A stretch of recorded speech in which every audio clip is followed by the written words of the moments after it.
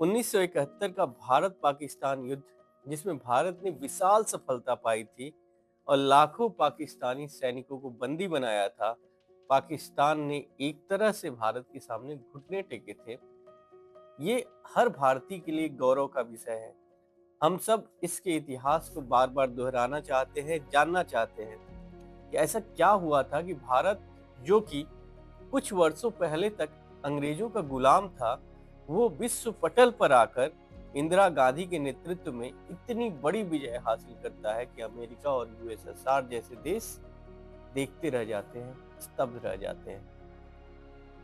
इसकी हिस्ट्री जब आप पढ़ते हैं तो आप बेसिकली पढ़ते हैं एक मिलिट्री विन के रूप में, मिलिट्री विक्ट्री के रूप में। यानी सैम मानेकशॉ ने इंदिरा गांधी के सजेशन को ठुकरा दिया, फिर उसके बाद उन्होंने एक प्लान लाया और प्लान के बाद उन्होंने उसको एग्जीक्यूट किया और चारों तरफ सेना ही सेना थी और भारत को विजय मिल गई। लेकिन ये इतना सिंपल इतिहास नहीं है। जब आप इसकी गहराइयों में जाएंगे तो आप देखेंगे कि मूल रूप से 5 कारण थे जिन्होंने इस युद्ध को इतनी विशाल सफलता में बदला। इस वीडियो में हम उन 5 कारणों को एक एक करके जानेंगे, जिसमें से एक कारण मात्र सैन्य विजय थी। बाकी 5 जो भारत की मजबूत स्तंभ थे उनको जानेंगे। उन 4 के सपोर्ट से 5वां मिला तो भारत को ये विजय हासिल हुई। तो आइए शुरू करते हैं हम एक एक करके उसे जानना। उससे पहले आप टॉक्स विद अभय के साथ जुड़िए, लाइक एंड सब्सक्राइब करिए ताकि इतिहास के ऐसे मुद्दों को हम आपके सामने और अच्छे तरीके से ला सके। चलिए, सबसे पहला जो फैक्टर था वो था मुक्ति वाहिनी। यानी जिस पाकिस्तान का जन्म हुआ था भाषा के आधार पे, धर्म के आधार पे, उसको धर्म ने, सॉरी यहाँ चेंज कर लीजिए, जिस पाकिस्तान का उद्भव हुआ था धर्म के आधार पे, यानी कि हिंदू और मुसलमान 2 धर्म है और 2 राष्ट्र हैं, वो कभी साथ नहीं रह सकते, उनके हित आपस में टकराते हैं। इस तरह की मान्यता पे पाकिस्तान का सृजन किया गया, जो ऑब्वियसली गलत था। लेकिन इसको पहली बार सिद्ध किया स्वयं पाकिस्तान ने ही।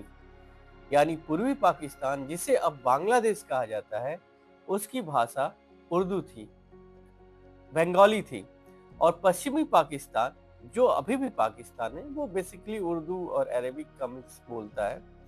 खैबर पख्तूनवा की अपनी भाषा है, बलोच की अपनी भाषा है, लेकिन इस पाकिस्तान की भाषा बंगाली थी। तो इसने सिद्ध कर दिया कि धर्म के आधार पर सृजित राष्ट्र का ताना बाना इतना कमजोर है कि वो भाषाई विभेद को भी नहीं मिटा सकता। यानी भारत का जो विभाजन हुआ था वो पूर्णतया आर्टिफिशियल विभाजन था, जिसकी कोई जरूरत नहीं थी। यदि प्रॉपर मैनेजमेंट होता तो शायद भारत विभाजित ही नहीं होता। तो इसको सिद्ध किया बांग्लादेश के उद्भव ने, बांग्लादेश के इस संघर्ष ने।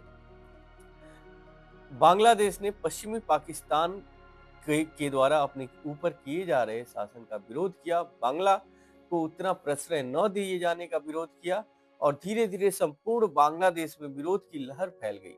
मुक्ति वाहिनी नामक संगठन बना, जो कि बांग्लादेश को मुक्त करने के लिए कार्य करने लगा।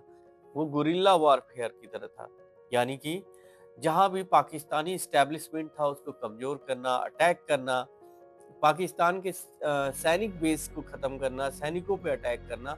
इंटरनली जैसे भारत में शिवाजी ने मुगलों के खिलाफ किया था, वैसे ही मुक्ति वाहिनी ने पाकिस्तानी सेना को कमजोर किया। तो इस सेना के कमजोर करने का सबसे बड़ा फायदा ये रहा कि पाकिस्तान, जो कि मीलों दूर से, हजारों मील दूर से गवर्न कर रहा था, वो यहाँ रसद, सामान, सेना सप्लाई नहीं दे पाता था। और अंदर अंदर इस सेना को इतना कमजोर कर दिए कि जब भारतीय सेनाएं आएंगी उस समय पाकिस्तान उनका सामना करने की स्थिति में नहीं रहेगा। प्लस भारतीय सेनाओं को रसद की सप्लाई और इंटेलिजेंस, आसूचना की सप्लाई भी ये मुक्ति वाहिनी ही देगी। तो इस कारण से मुक्ति वाहिनी, जो कि पाकिस्तानी रसद लाइन को काटती थी, पाकिस्तानी इंटेलिजेंस को ध्वस्त करती थी, वही मुक्ति वाहिनी भारत के लिए एक बना बनाया इंटेलिजेंस था, बना बनाया रसद था। यानी भारत तो काम कर रहा था मुक्ति वाहिनी का ही, तो मुक्ति वाहिनी एक एडेड फोर्स थी जो भारत के प्रवेश करते ही उसको संबल के रूप में काम किया और भारतीय सेनाएं कई गुना ज्यादा प्रभावी हो गई बांग्लादेश के अंदर। दूसरी जो समस्या थी रिफ्यूजीज की थी। जब मुक्ति वाहिनी ने पाकिस्तान पे अटैक किया तो पाकिस्तान वैसे भी एक शैतान राष्ट्र के रूप में बिहेव करने लगा था और वो अपनी ही जनता पे अत्याचार ढाने लगा ताकि वो इस देश को कंट्रोल में ले सके। इसका परिणाम ये हुआ कि लाखों लाख की संख्या में भारत में लोग पलायन करने लगे। लोग बांग्लादेश छोड़ के भारत में आकर बसने लगे। इन लाखों की संख्या में आने वाले रिफ्यूजीज भारत के जो आसपास के राज्य थे उन पे बहुत तनाव डाल रहे थे। इतना तनाव डाल रहे हैं कि वहाँ की डेमोग्राफी बदल रही थी। जो खाने पीने रसद सामान की सामग्री थी वो ध्वस्त हो रही थी। सरकारी सुविधाएं ध्वस्त हो रही थी।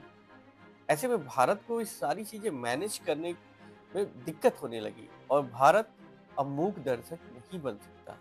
उसे कुछ प्रोएक्टिव स्टेप लेना ही पड़ेगा ताकि अपनी गोद में बैठे एक देश में इस तरह का नरसंहार पाकिस्तानी सेना कर रही थी कि उसे यदि वो नहीं रोकता एक मेजर ह्यूमैनिटेरियन क्राइसिस बनती जो अंत में भारत को ही निगलने को तैयार हो जाती। ये फैक्टर ये तथ्य भारत को वो पॉलिटिकल और मोरल ग्राउंड दिया कि भारतीय सेना बांग्लादेश में जाके हस्तक्षेप करे।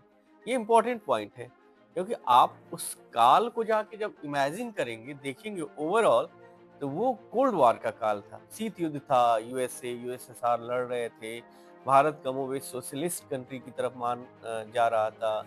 यूएसए पाकिस्तान को सपोर्ट कर रहा था। ऐसे में यदि भारत पाकिस्तान के ऊपर ओपनली अटैक करता तो अमेरिका इंटरफेयर करता और भारत के इरादों को नेस्तनाबूद कर देता।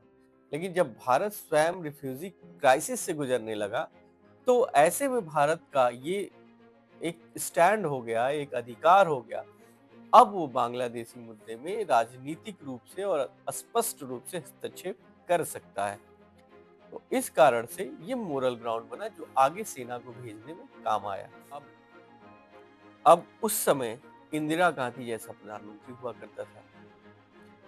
वो आयरन लेडी देवी दुर्गा का अवतार ऐसे ही नहीं मानी जाती। जब उन्होंने देखा कि हमारी सेना को पाकिस्तान में अटैक करना है तो वो शांति से नहीं बैठी। कोल्ड वॉर की लिए रियलिटी को समझी कि यदि हम पाकिस्तान पे अटैक करते तो अमेरिका हमारे खिलाफ आएगा। ऐसे में हमको यूएसएसआर के अपने सपोर्ट को मजबूत करना पड़ेगा और जाकर वो यूएसएसआर से एक फ्रेंडशिप ट्रीटी करती है और ये कहती उस ट्रीटी में रहता है कि यदि इंडिया पे कोई मेजर पावर अटैक करता है तो यूएसएसआर उसके सपोर्ट में आ जाएगा। यानी पाकिस्तान के पक्ष में यूएसए का आना अब कोल्ड वॉर को इंडियन सब कॉन्टिनेंट में आवाहन करना था। और अमेरिका भी ये नहीं चाहेगा कि अपने मेन लैंड से इतना दूर आकर उस समय 1971 में जब टेक्नोलॉजी अमेरिका की भी पुरानी थी वो यूएसएसआर से लड़े और इंडिया जैसा देश उसके अगेंस्ट रहे। इस कारण से ये ट्रीटी भारत को एक तरह से पॉलिटिकल और स्ट्रेटेजिक कवर का काम की। अमेरिका चिल्लाता रहा, धमकाता रहा, बोलता रहा, वे अब बंगाल में अपना शिप तक भेज दिया लेकिन वो शिप फायर नहीं की। तो ये जो डिप्लोमेटिक विन थी वो कहीं ना कहीं एक कवर दी कि हमारी सेना 10-20 दिन 1 महीने 2 महीने पाकिस्तान और पूर्वी की सेना के साथ लड़े पूर्वी पाकिस्तान में बांग्लादेश में तो वो निश्चिंत रूप से लड़ सके। ऐसा ना हो कि 2 दिन की लड़ाई के बाद अमेरिका अटैक कर दे, सेना को विड्रॉ करके दूसरे फ्रंट पे जाना पड़े, फिर पूरी सेना ही 3-4 भागों में बट जाए। उस समय की सेना इतनी मजबूत नहीं थी कि पाकिस्तान से 2 फ्रंट पे लड़ रही है, चाइना से 1 फ्रंट पे लड़ रही है, अमेरिका से लड़ रही है। ऐसी कठोर परिस्थिति यदि भारत की सेना के लिए पैदा होती तो कहीं न कहीं सेना बिखर जाती, छत-बिछत हो जाती और जो भारत के इतिहास का गौरवपूर्ण अध्याय है, शायद कुछ दूसरा हो सकता था। तो ये स्ट्रैटेजिक और डिप्लोमेटिक रीजन था जिसने भारत को बहुत सपोर्ट किया। और चौथा जो रीजन था कि पूर्वी पाकिस्तान और पश्चिमी पाकिस्तान के बीच अच्छा खासा गैप था, दूरी थी जिसके बीचों बीच पाकिस्तान था।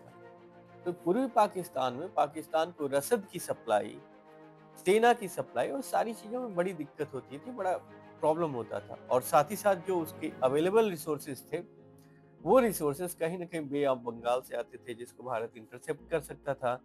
जो रिसोर्स पहुँच भी गए उसको मुक्ति वाहिनी ध्वस्त तहस-नहस कर रही थी, स्ट्रेस में डाल रही थी। ऐसी स्थिति में एक कोलैप्स्ड पाकिस्तान था। अमेरिका का सपोर्ट भी उसे पूरा नहीं था, अमेरिका भी आगे-पीछे में था, करे नहीं करे। तो इस कारण से आधा-अधूरा अमेरिका का सपोर्ट और इतनी दूरी के कारण पाकिस्तान भी कमज़ोर था। ऐसे में आते हैं हमारे महान सेनानायक कैप्टन मानेकशॉ, जिन्होंने एक स्ट्रैटेजी बड़ी सॉलिड बनाई कि कब हम अटैक करें, मौसम कैसा रहेगा, सेना किस रूट से जाएगी, कैसे सपोर्ट होगा। सारे इवैल्यूएशन, सारे इंटेलिजेंस पे मानेकशॉ की सेना जब एंटर करती है, तो 13 दिनों के अंदर संपूर्ण पाकिस्तान को 2 टुकड़ों में विभक्त करा देती है। बांग्लादेश का जन्म हो जाता है, लाखों सैनिक घुटने टेक देते हैं और भारत एक अत्यधिक मजबूत और सशक्त देश के रूप में इमर्ज करके आता है। तो ये इस पूरे 1971 के महान विजय की कहानी है। आप एक इतिहास के विद्यार्थी के रूप में इसको होलिस्टिक पर्सपेक्टिव में जानें। जन सामान्य के लिए हो सकता है कि आपको ये समरली बता दिए जाते बातें ऊपर से कि ठीक है, सेना बड़ी बहादुरी से लड़ी, लेकिन रियल में भारत की विजय का इतना सारा कारण था, जिसने भारत की विजय को संभव बनाया। अब आप इसमें कमेंट करिए कि आपको क्या लगता है, इसमें कौन-सा रीजन सबसे ज़्यादा प्रभावी था और भारत आखिर शिमला एग्रीमेंट में उस विजय का लाभ नहीं ले पाया, इसके क्या रीजन्स थे? क्या भारत को कैश कराना चाहिए था अपनी विजय को, या एक दानवीर देश के रूप में पाकिस्तान को जो छूट दे दिया, वो कहीं न कहीं भारत की भूल थी, भारत की मूर्खता थी? तो इस पे आप अपनी राय ज़रूर दीजिए और जुड़े रहिए टॉक्स विद अभय के साथ। ऐसे इन्फॉर्मेटिव वीडियोस के लिए हम लगातार मिलते रहेंगे। Thank you.